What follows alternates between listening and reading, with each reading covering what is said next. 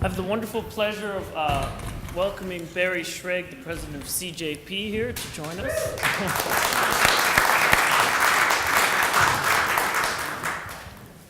And so we'll just hear first from Barry and his reactions, then we'll open it up for questions for either of us. Difficult. So this is a difficult day. Today was Yom HaZikaron, Israeli Memorial Day. Last night I went to the memorial service that the consulate had, and it was actually worse than I thought, because when you think about 75 soldiers dying, it's just a number, but they made the mistake of actually showing pictures of everyone who died in the war. And of course, that's not the total of it. There's also the deaths on the other side, which were very, very, very severe. So there's an enormous amount of suffering. The reality of the situation. We can't hear you. You know, I had one of the people on my board, used to say, Barry, you mumble when you don't know what the hell you're talking about. So, I'm still mumbling. There might be a mic. Let's see if there. No, that's. You know what? I could stand up and I'm not usually this quiet. But, so tonight is Yom HaAtzmaut, Israeli Independence Day. There's a ton of suffering on every side. Reality is hard to understand in the Middle East altogether. It's a huge mess. What's going on in Gaza, the suffering of the people of Gaza, gets attention. Do you happen to know how many Sunni mosques were blown up over the last 2 years by Shiite insurgents, or how many Shiite mosques were blown up by Sunni insurgents? Or, I mean, the place is difficult, very, very, very difficult. I mean, the thing that would, of course you understand that the Israelis do not embargo books. That's not part of the embargo list. I asked you about this, and he said the authors have said it's not. I mean, it's part of the general idea. It's an analogy. It's a symbol of something else, that there is, in fact, an embargo. The embargo wasn't imposed originally by the Israelis. It was actually imposed by the Quartet when the government of Gaza shifted from being, at least on paper, a peaceful part of the Palestinian Authority to a place that was completely under the control of Hamas. Hamas is no joke. I mean, they are, on paper, in reality, dedicated to Israel's complete destruction. So you want to be a little careful about the stuff that they get. And of course, most of the stuff that they got actually was turned into tunnels and missiles and all of that. So I was in Israel over the summer quite a number of times. And before that, it's not a joke that the children of Sderot go to bed every single night with missiles and red alerts and trauma. It's not I mean, fortunately, the Israelis do have Iron Dome, and the Gazans don't have Iron Dome. But you don't really expect the Israelis to turn off the Iron Dome so that their casualty numbers would be the same as the casualties in Gaza. The biggest problem for me is no one should believe the portrayal of Israeli soldiers, ordinary Israeli soldiers. I mean, it might be that there was an Israeli soldier that once said, we don't want books in Gaza because we don't want people thinking that their lives could be better. But I know a lot of Israeli soldiers, a lot of Israeli soldiers. These are soldiers who are traumatized throughout their lives if, God forbid, a mistake is made and a civilian dies. They are mostly terrific people who don't want to be in this situation. So, and one of the newspapers described that dialogue between an Israeli soldier and Ulysses, where he says, we don't want books in there, we don't want them to think, as cartoonish. So we don't need cartoons. This is a serious enough situation on every side. Believe me, there are plenty of mistakes that are made on the Israeli side and certainly on the Palestinian Authority side. None of this needed to happen. It didn't need to happen after 1948. Somebody could have said yes to the UN partition. It didn't have to happen after 1999 when there really actually was peace. I was there, this close. You could taste it. A two-state solution was on the table, and it was this close. And the Israeli left disappeared in disappointment and horror after the ceasefire fell apart and the peace talks failed. And believe me, Ehud Barak staked his whole political career on having peace at the end of that. So the other part of the play, which is kind of interesting and beautiful, I think, is what are the human relationships in this thing? You know, one of the critics in the paper said that it was horrible that the only woman in the play was portrayed as kind of an empty-headed nothing. But I thought that the lawyer was incredibly interesting. I thought that his pain was interesting. I thought that Ulysses' insanity was interesting. I thought that his passion was interesting. That's all I have to say. I leave the rest to you. And I mourn for the Israeli soldiers who died in that war. And the truth is, I mourn for the Palestinians and the Gazans who died as well. I hope that someday either human beings get smart enough to do something about it, or God intervenes personally to stop all this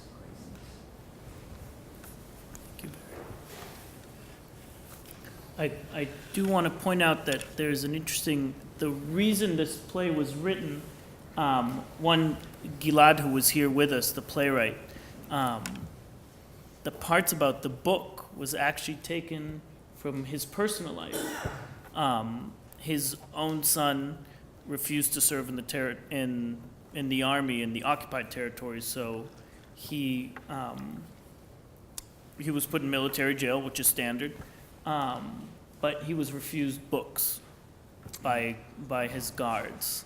And so actually all the speeches about the books are taken directly from letters that Gilad and his wife wrote to government officials to try and convince them to give him books in that jail cell. Did he ever win?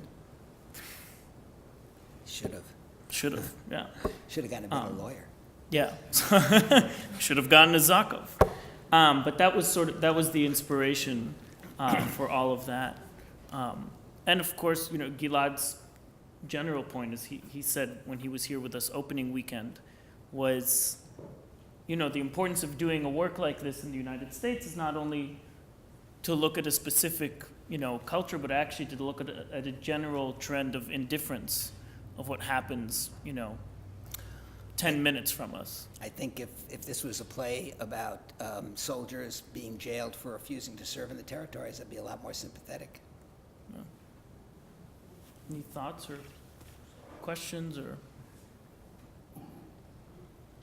Yeah. So you mentioned staging this play in the United States. Has it been staged or read in Israel, and what was the reaction? So this play had a really interesting history in Israel. Gilad first started writing in 2009, and it was supposed to be staged at the Herzliya Municipal Theater, which ended up closing. But during a course of 2 years, there were 5 actors who were contracted to play Ulysses, and all of them quit because they were so afraid that the material would have them fired from their from their agency jobs representing clothes companies or car companies. So it was almost that the production wasn't going to happen, and the artistic director left it. And the young artistic director in Haifa, at the Haifa Municipal Theater, which is state-funded, picked it up and said, I want it. And there was the return of a wonderful Arab-Israeli actor by the name of Khalifa Natour, who played with Peter Brook in Paris for almost 10 years. And he said, I'll do it. And Gilad had originally written the role for Jewish Israeli, not an Arab Israeli. And he went back to the script, and first he thought, there's no way this will happen. And he found out that there's only 3 words that he needed to change, which made him realize again the greater power that this is not so specific, but rather more universal. It was staged in 2012. It won the Best New Play Award, Best New Play, Best Ensemble, all the bests that it could win.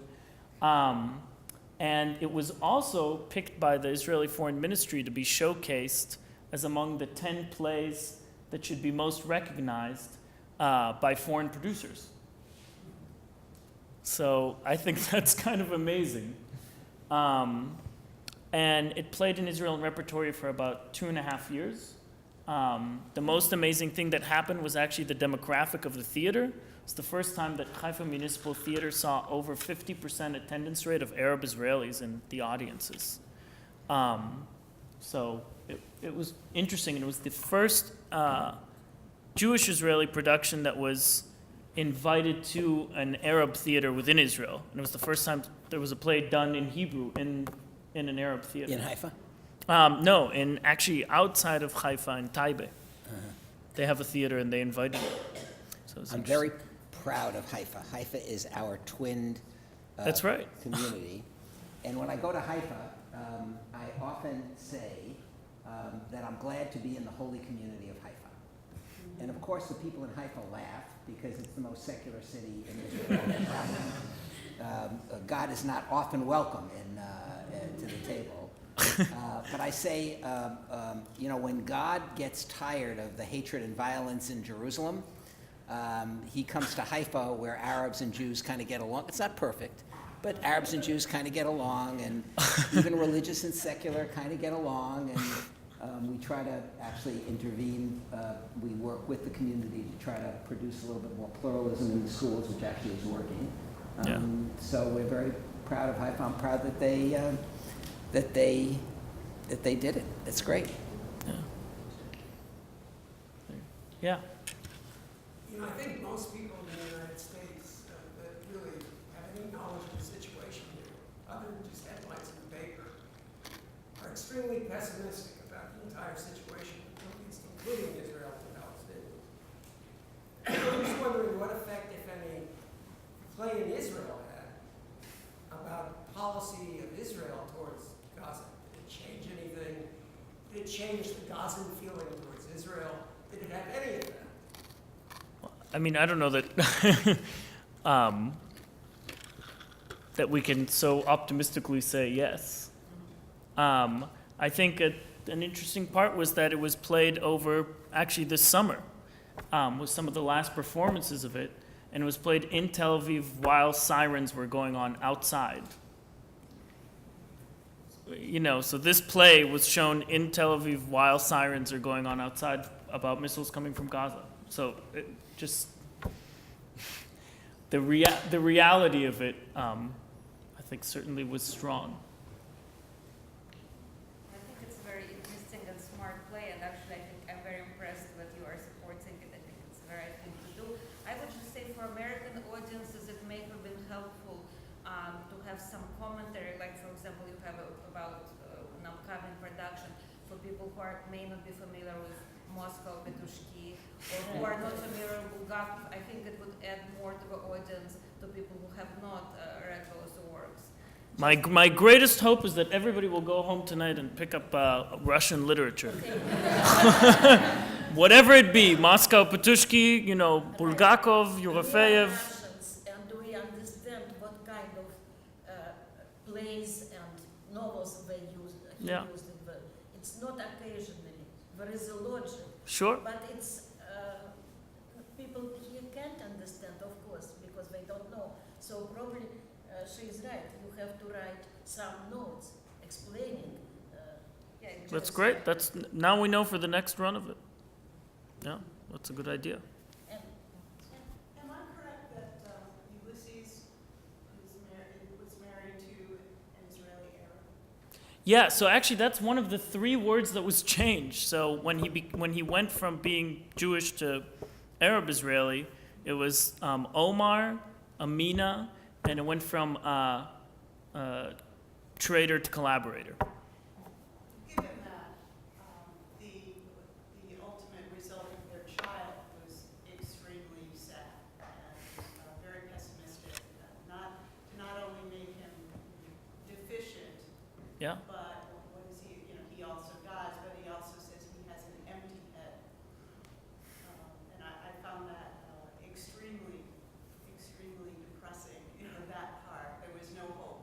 Yeah. in that image. I mean, the image we were working on a lot in rehearsals, this tearing of the paper, is the idea that this kid was tearing out books of this man who was a literature teacher and what that did to him. Yeah. Thank you. Any other questions? Still, it's the main question for me is why books? You said it's symbol, but symbol of what? It's not just symbol of weapons. No, it's something else there. I think, It's not occasionally. of picked course up. not. Yeah, the books, well, one from this personal story of the son, Right. but moreover, why Russian books? It is this monologue about rabbit hunting, and this idea that Russian literature understood more than any other literature, which is an amazing phenomenon considering the politics of the Soviet Union. But this idea, the ability to expand thoughts, the ability to imagine when your surroundings are so, against every one of those ideas. Yeah, Kevin. Yeah, I think this idea of pessimism and optimism is super interesting. And so I think that in Russian literature, right, the stereotype is that it's all super depressing and that it's all just like a real drag to get through. But there is a real underlying idealism and larger hopeful thought at the end of every, right? Like when you get to the end of Anna Karenina, you're like, she's been dead for 200 pages, how am I still reading? And then you get to this larger thought of like, oh, it's actually See, about Americans read Russian literature. We have hope. About the power of God and the power of individuals. And so I'm curious to know in the process of making this piece, and I'm sure the pessimism is everywhere. There's 1,000 reasons to think, yeah, this play probably won't change policy, and who knows what this play will even mean in America. And so I'm wondering, in your discussions in the rehearsal room, what was the idealism? Was there idealism? What do you do with a character like Ulysses, who's clearly moving in such a radically idealistic way? Yeah, well, you said it perfectly. We need those people. We need those reminders. And I think our hope was, we talked about this a lot with the cast and the designers, that people will come away not with just this specific situation, but rather uncomfortable with their own decisions. And uncomfortable, we came up with a term in rehearsal called moral expediency, which is a juxtaposition. But the idea that people make moral choices by what's expedient. My undershirt is from H&M. Who paid for that? Who paid for that? Well, I paid $5.99, but Were you paid to advertise the price? No. But who was making it? That's. The answer. If we don't know what you're talking about, what do you mean? Well, child labor. So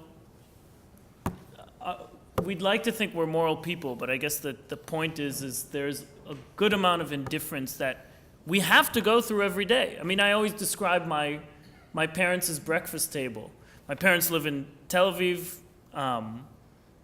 They're retired every day. My father wakes up after my mother has read Haaretz, the newspaper. My mother says, Dror, we live in a horrible country. Can you imagine the catastrophes and what's going on to the left and what's going on to the right? And my father says, Esti, stop reading the papers. There's fresh orange juice. The sun is shining. We live in a beautiful neighborhood. Let's go to the beach. But it's every day that we too, pick up the New York Times and read the tragedies going on around us and decide to continue our day. So you're talking about, have orange juice and go to the beach. So in the play, there's no healthy room for frivolity or release, really, that I remember. There's some sardonic humor. Yeah. But so the singing and dancing and entertaining of children, that isn't always a terrible thing. No. It's a terrible thing if it keeps you from being authentic and being open and aware and sensitive. Right. But it's not always a terrible thing to laugh. It's a wonderful thing. You know, the whole point of Que Sera Sera and the singing in a dress is we're all human. So it's okay to laugh at that Yeah. and singing in the dress and not feel like you're a collaborator because you found it so darn funny. I think so. I laugh every time I see Jerry in a pink tutu, so Yeah. it might become my iPhone screensaver, you know, after the show's over. His rabbi was in the audience tonight, and he found it Yeah, pretty that's right, hysterical, Rabbi. too. Okay, what's the story of Ulysses? What is that? Oh, Lucian. So it's a story by Thomas Mann. You can go home and Google it. It's called Little Izzy in English. And it's about a lawyer whose wife asks him to sing in a dress. And he says, no. And the moment he gets up on stage, he collapses and dies. That's why he says, sing first, then read it. But it was interesting. In the first two talkbacks that we had, people said we thought that Isakov had a stroke that last moment, that he died. So it was like, wow. Well, without reading Lucian, you got it. He didn't look well. He didn't look well. Yeah. It's kind of an interesting take, but as I watched the play, I was struck by the really great portrayal of the empowered and the disempowered in so many different contexts, including the wearing of the dress. And I said, in even every 10 minutes, you can hear jets rumbling through the sky. My wife tells me that's the subway. Yes. It somehow, That was really the sound. we call it Ulysses on subways. It enhanced that. It does. Is it really the It's the subway? subway. Holy moly. Yeah. But it does add something. It's actually, we talked about with the sound designer, we were laughing. We're like, thank you. Someone's watching over us. One in there. Just a question about the set design. Sure. The models, I mean, The lighting design. the lighting. Yeah. So interesting about the changing of the colors, and I'm wondering what the. This is the first image that ever happened in a production meeting, actually, was the meeting of all the designers, and the lighting designer said, this was a year ago, and he said, I want to make these constellation of bottles. And so we all started collecting these bottles. You'll see a honey bear bottle. But this idea is that, in essence, Ulysses is moved also by the elements. That there's an inner storm, there's an inner wind that sometimes, I smell hot dogs. You know, he has to get out of his reality. I'm desires nourishment. And that these water bottles are part of that triggering. And if you saw in the last scene between Ulysses and Isakov, they light it up just a little bit for Isakov, suddenly seeing the other reality. And then, you know, the sky being blue, and then when he's shot, red, you know, that's sort of more to the point. Yeah. And this set design was actually kind of a funny fluke. This table is uneven, some of you may notice. That's because of the piles of snow that were on top of the wood that was laying outside of our set designer's home. But it looks like a raft now, so we're kind of happy. Yes, in the back, if you still have the question. Not sure how to phrase it, but my sense of the message coming across was fairly negative portrayal of the Israeli government and Israeli policy. What is a positive message that he would offer instead of that negative portrayal? Gilad said just the idea that Seinfeld is a character and that there are people thinking like him is a positive, is a step in the right direction. Wait, Seinfeld? Seinfeld, The Israeli the military guy? Shabak, yeah, Why is that positive? he's troubled. You know, I have to say, you know, I think Israel could have used a good lawyer in this. Just somebody to stand up and say, moment of truth, Israel actually doesn't stop books from going into Gaza. Moment of truth, it's not pleasant to have missiles falling on your head every day. Moment of truth, the government of Gaza is actually committed to Israel's destruction. And then somebody could say, oh no, that's not exactly true, or something. But I mean, there's a lot more to it was an entirely negative portrayal. I mean, there was nothing positive in this portrayal. I think this person is much more complex, and Yeah. he's a thinking, reasoning person. I don't think he's all Yeah, but he's still that's great. I mean, I agree, that's fine, but he's still a murderer. I mean, he's still perfectly willing to actually say, I'm going to take a shot at this guy, though I know he's not carrying arms, he's not bringing in concrete to build tunnels, he's not doing anything really, but just as a symbol of our power and our ability to do it, just like the soldier on the fence said, fuck you, I have the power to do whatever I want to do, and if I want to stop you from bringing books in, fine, and I don't care whether the people of Gaza think or not. That's a cartoon, it's not a political reality. Not that the Israelis are, I have got plenty of criticisms of the Israelis, but it's not that simple. And there was no defense lawyer for the Israelis in a very, very complex, extremely complex situation. So, first of all, I'm actually proud that CJP is sponsoring this. I'm glad that there's the ability to have a dialogue after it. In New York, there would have been full-page ads in the New York Times condemning the Federation for doing this stuff. Aren't we glad we're not in New York? I don't want to give anybody any ideas here, so... Don't take out ads, people. Wait a minute. Elizabeth Borden took an axe and gave her father 40 whacks, and when the job was nicely done, she gave her mother 41. And there's another line in it that goes, and then she went out for a walk, but you can't cut your mother up in Massachusetts. Massachusetts is a far cry from New York. So we're glad to be. You don't know that? The Ballad of Lizzie Borden? Where are you? I think, to Barry's point, if you open up your program book, you'll find the Israeli Foreign Ministry's logo there, who up to the vice foreign minister, who I spoke to and said, yes, we're proudly a part of this. And they asked, why are you doing this? And it's every single one of our shows is followed by a talkback like this. I think it's really good that there is the opportunity to present a play for people to walk away from it feeling agree with the message or disagree with the message, and I think that's great.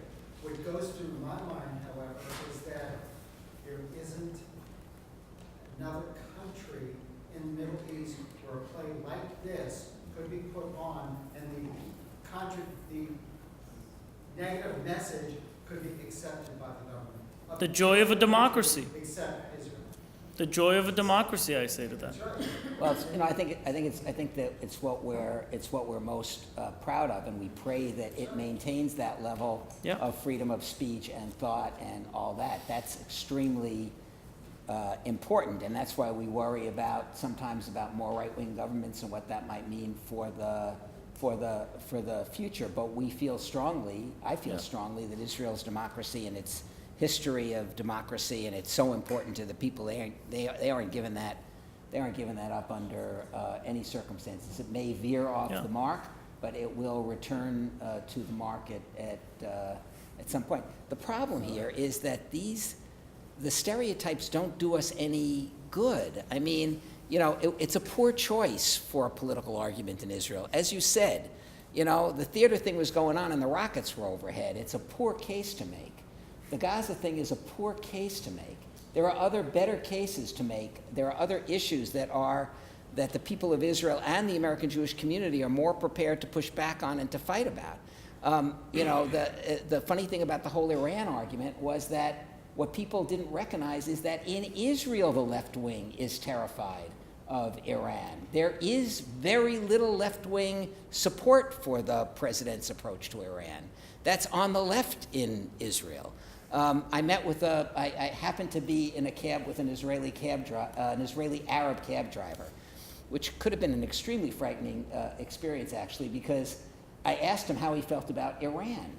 And the problem Gotta was, love you, Barry, for doing that. So he was like, the really scary part was, I thought that it was hard to tell how much education he had, but the truth is, he gave a foreign policy speech that was worthy of a Harvard political scientist.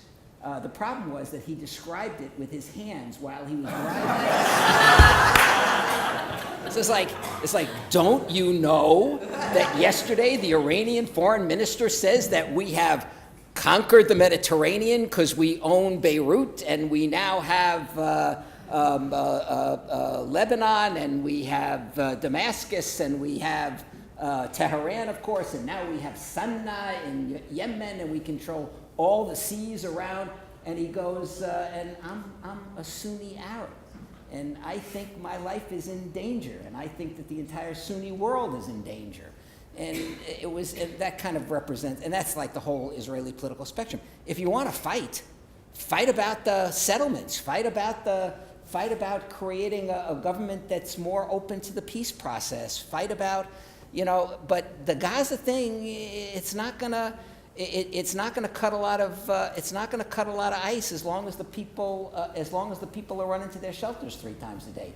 Don't be fooled by the fact that Iron Dome worked. The next time the missiles in Hezbollah's hands in Lebanon are not going to be so easily defended against, and the people are terrified. So, not to say that there aren't political points to be made by the American Jewish community. Certainly, the Israelis have a left and a right. And by the way, the center left almost won in this last election. It was much closer than the newspapers made out. The left-right balance actually didn't shift too much in this last election. So what's going to happen next is very hard to say. Personally, I believe in God, so prayer will be my thing, and also talking to the Israeli government every way that I can to kind of explain how the American Jewish community feels and how Americans feel, and how some of the moves they make are maybe a little less than perfect in terms of their own long-term interests. Yeah, sorry. Somebody raised their hands. Yeah. Oh, I was just going to say that I read one of the biggest arguments of the play as that sort of apathy and the lack of understanding of the humanism of the folks that have their daily lives in Gaza was more of the point, not necessarily the violence or the militarization of the conflict there, but the fact that people are living and procreating and dying in a very small and confined space. I think that's important. I wish that somebody had put in a scene about the children in Sderot, who are living and dying and traumatized every single day. No one wants that to be happening in. Yeah, I guess the response Gilad had is, peace is. At the end of the day, we all experience a piece of art, and I don't know too many plays about any other political situations which show everything and every element of it in a balanced way. I don't want balance. I want a little bit. a little We're here to runners, provoke. Yeah, one last question. The play really portrays the conflict also that actually is also taking place in Israel. There's plenty of political discussion about the politics of Israel. And my ex-husband was a Sabra who was so distressed by the politics of Israel. I think there is plenty of argument. It just doesn't happen to be. And for many American Jews, I think as well. It's true, but it doesn't. We have the idea of a homeland with a political system one could really admire. Yeah. Well, but it's not. What I'm saying is not about Gaza. Not about Gaza. Gaza is too painful for them. And the play really portrays this. I feel also some of the conflicts of people are not black and white; they're complex. Yeah. Well, I'm very happy because that's our hope is to make it in the gray areas. I love this guy. I love this guy.